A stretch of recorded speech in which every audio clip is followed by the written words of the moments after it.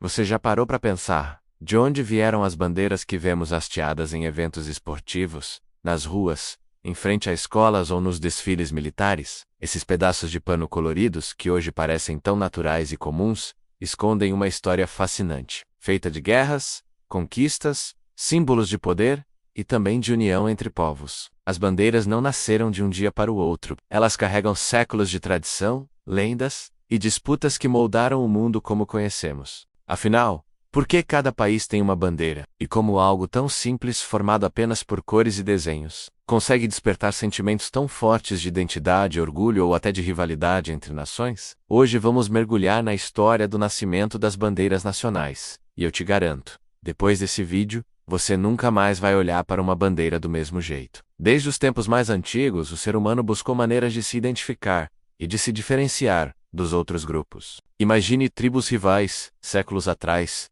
em meio a batalhas, tentando mostrar quem era quem no campo de guerra. Como distinguir amigos de inimigos? Como manter soldados unidos quando a confusão tomava conta? Foi assim que nasceram os primeiros símbolos, que com o tempo, dariam origem às bandeiras. No começo, não eram pedaços de pano, mas objetos levantados para servir de guia. Povos da Mesopotâmia, por exemplo, utilizavam lanças enfeitadas com metais ou figuras de animais. O Império Romano, um dos mais poderosos da história, usava estandartes chamados signa, que traziam águias e outros símbolos imperiais. Esses estandartes não eram apenas marcas visuais.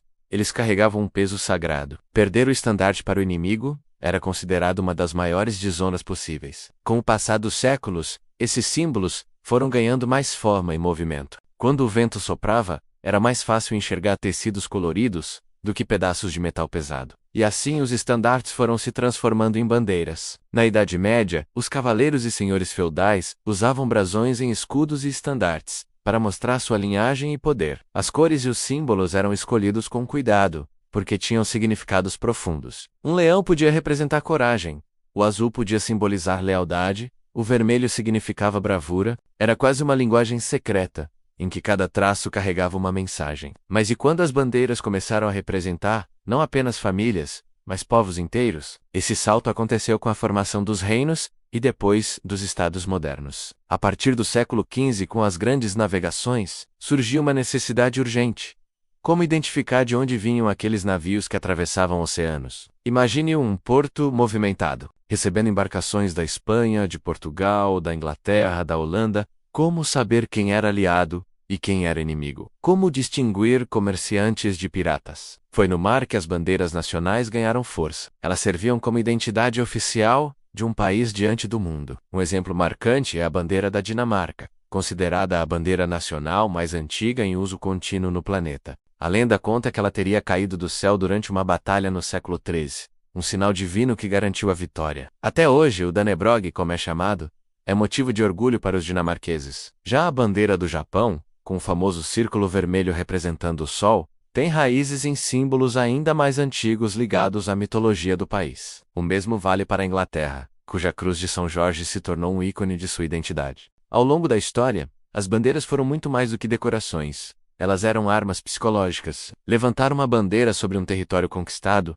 significava vitória. Derrubar a bandeira inimiga era um golpe na moral do adversário. Por isso, nos campos de batalha, sempre havia guerreiros cuja função era apenas carregar a bandeira. Eles sabiam que provavelmente não voltariam vivos, mas a missão era manter aquele símbolo erguido. Pense no peso dessa responsabilidade. Não era apenas um pedaço de pano, era a alma de um povo em movimento. Com o nascimento dos estados modernos e o crescimento do sentimento de nacionalismo, principalmente a partir do século XVIII, as bandeiras nacionais ganharam ainda mais importância. A Revolução Francesa foi um marco nesse sentido. A bandeira tricolor azul, branca e vermelha representava os ideais de liberdade, igualdade e fraternidade. E não demorou para que esse modelo se espalhasse pelo mundo, inspirando outras nações a criarem seus próprios símbolos nacionais. Na América Latina, por exemplo, os processos de independência no século XIX resultaram em novas bandeiras, que representavam a ruptura com os colonizadores e a construção de uma identidade própria. Foi assim que surgiram as bandeiras da Argentina, do Brasil, do México e de tantos outros países. No caso do Brasil,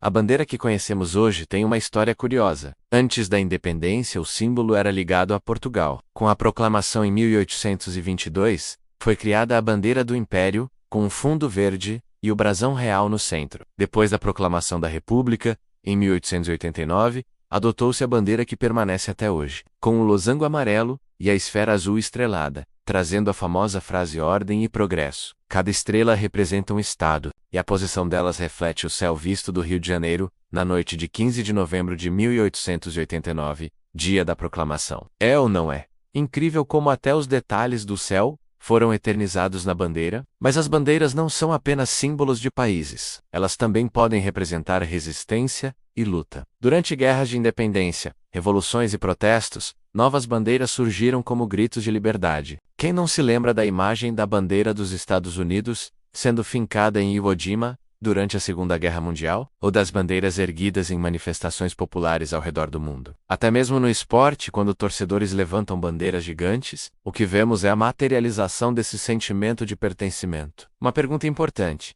será que no futuro as bandeiras continuarão a ter o mesmo peso? Vivemos em um mundo cada vez mais globalizado, em que fronteiras parecem menos sólidas. Ainda assim, basta assistir a uma Copa do Mundo ou a uma Olimpíada para perceber como as pessoas se emocionam ao ver sua bandeira tremular. Isso mostra que mesmo em tempos modernos, as bandeiras continuam a ser símbolos poderosos de identidade e orgulho. No fundo, o nascimento das bandeiras nacionais é também a história da nossa necessidade humana de pertencer, de nos unir em torno de algo maior. Elas contam onde estivemos, quem somos e para onde queremos ir. Um simples pano, com cores e formas, que carrega séculos de sangue, suor, vitórias e derrotas. E agora eu te pergunto: qual bandeira você acha mais bonita ou mais simbólica do mundo? Será a do Brasil, com suas cores vivas e mensagem positiva, ou alguma outra que te traz boas lembranças? Deixe sua opinião nos comentários, porque esse é um debate que sempre gera muita curiosidade. No